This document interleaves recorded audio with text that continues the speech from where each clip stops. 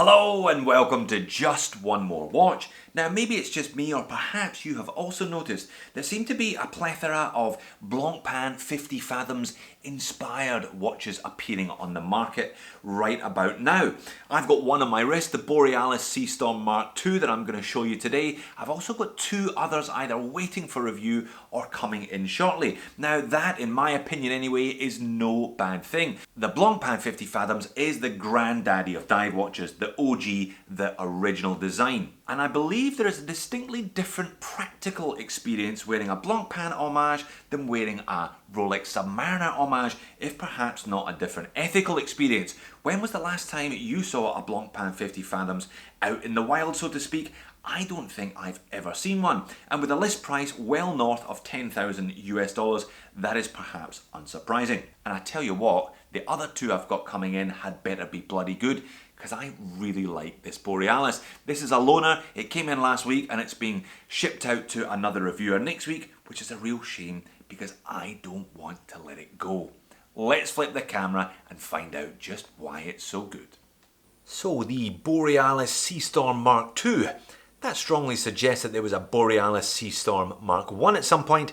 Perhaps there was, however, I did not review it. This is the third Borealis that I've looked at, and I have really enjoyed the other two. I looked at a bronze Oceanaut just before Christmas, and I looked at their Portus Cali. Again, that was a prototype that I was sent, and it was on pre-order at the time. Now, Borealis have got a bit of a cult following. There seem to be people who are regular customers of the brand. They therefore do their own form of pre-ordering. You can currently pay 50% of the cost of one of these Seastorms, that being 175 US dollars.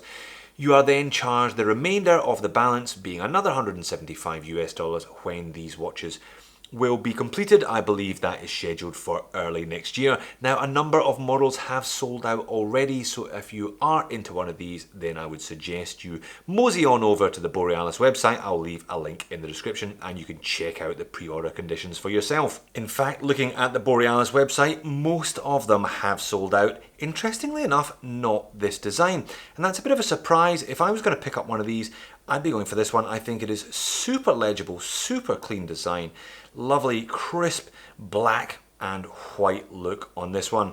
I'd grab one while you can. So let's have a look at the Borealis next to the Blancpain 50 Fathoms, which has inspired its design, shall we say. A number of differences, but clearly a number of similarities. The big Arabics at 12, 3, 6 and 9, the integrated date down there at the 430, nicely hidden with a black date wheel. We've got the diamond up there at 12 on the bezel. Now, the original Blancpain had a domed Bakelite bezel. This Borealis has a domed sapphire bezel. So, similar but different. The handset is not obviously the same, but there are other Blancpains with these fence post hands. But as I said, that is no bad thing. And when was the last time you sat down on a bus and the guy next to you was wearing a 50 Fathoms? It just doesn't happen, does it?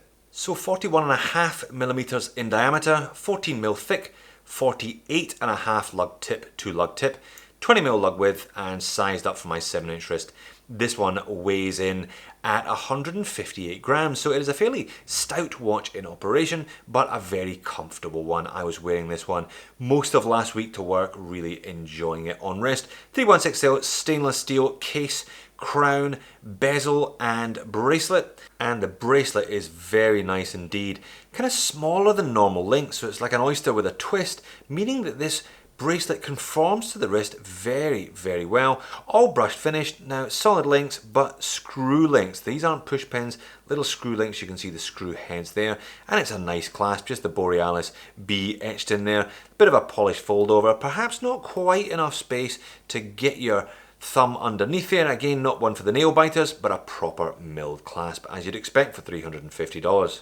And as with the other Borealis that I've looked at, the standard of finishing and machining is fantastic. Look at the brushing on the case, very nice horizontal brushing, just a little bit of polishing there on the kind of chamfered lug, and then back to brushing on the lug itself and an all brushed bracelet. And check out the machining of the bezel. Very nice kind of serrated edge, little coin edge, but only extending halfway down the bezel, making it very nice and grippy in operation. 120 click unidirectional rotating bezel, no backplay, rock solid, all good. Popping a link to show you the case back, and it's all fairly standard stuff here. Screw down stainless steel case back, affording this watch 300 meters of water resistance combined with that screw down crown. And we've got that slightly unusual angel carrying a bag of something over his shoulder inscription, as seems to be the way with all of these Borealis, and advertising the movement of choice being the automatic NH35.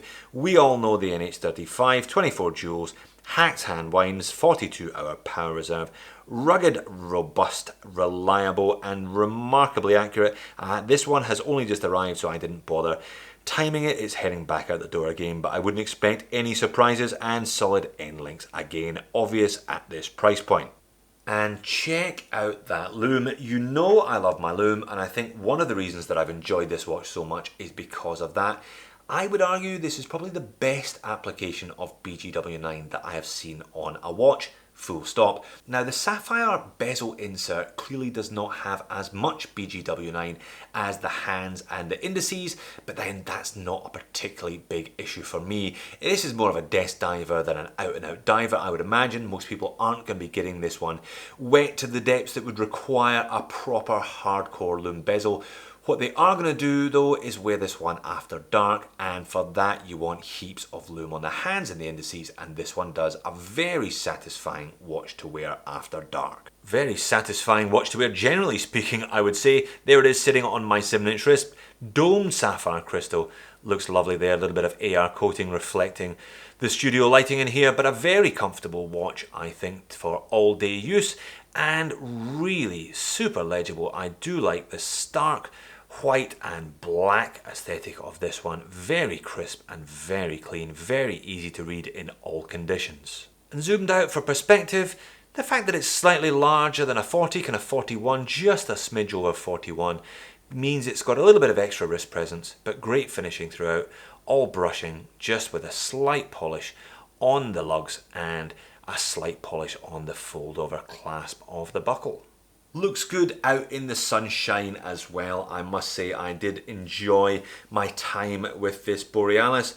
Big fence post hands really do make all of the difference, I think, in terms of the legibility of this watch. And the whole thing, I think they just got it all right. The numerals are the right size, the batons are the right size. They've managed to put a little minute track around the outside there without making the dial look cluttered. That lovely big arrowhead on the second hand adds a little bit of extra visual appeal as it rotates, and that discreetly tucked away date wheel adding some practicality down at the 430 as well. Moans and niggles, well, this is a prototype, so I would imagine they'll be fixing it for the standard production run, but the printing on the bezel is a little bit skewed to the right. So you see the diamond doesn't quite sit with the 12, the 30 sits a little bit too far over. If I put up the render on the website, you can see that it does line up, and the 45, if you look at the 45, it is more over to the right than it should be on the model that I have in my hand. I would imagine that they would be dealing with that one for the production, and it's a little bit thick. I mean, I guess it's not the thickest watch I've looked at. If there is going to be a Borealis Seastorm Mark III, I would love to see this with a Sellita 200 or an ETA 2824, taking most of the bulge out of the case back. I think this would be just about perfect as an everyday dive piece if it was down at 11.5, maybe 12mm thick, and Carlos could keep the price at or around $500, maybe $550. I would be snapping one of those up. But Borealis number 3, very impressive, as were numbers 1 and 2. No wonder they're pretty much sold out already. So there you have it, Borealis Seastorm Mark II. If you fancy picking up yourself one of these, I would suggest jumping on board now, because half of the model range is sold out already. Borealis have their own pre-ordering system that seems to work very well for them, and I don't blame them. It's an excellent watch, this one. I really have enjoyed wearing it. Definitely the best application of BGW9 lume that I've come across so far. And a really comfortable design, classic everyday piece this one I could certainly live with long term. Thanks for watching, see you in the next video.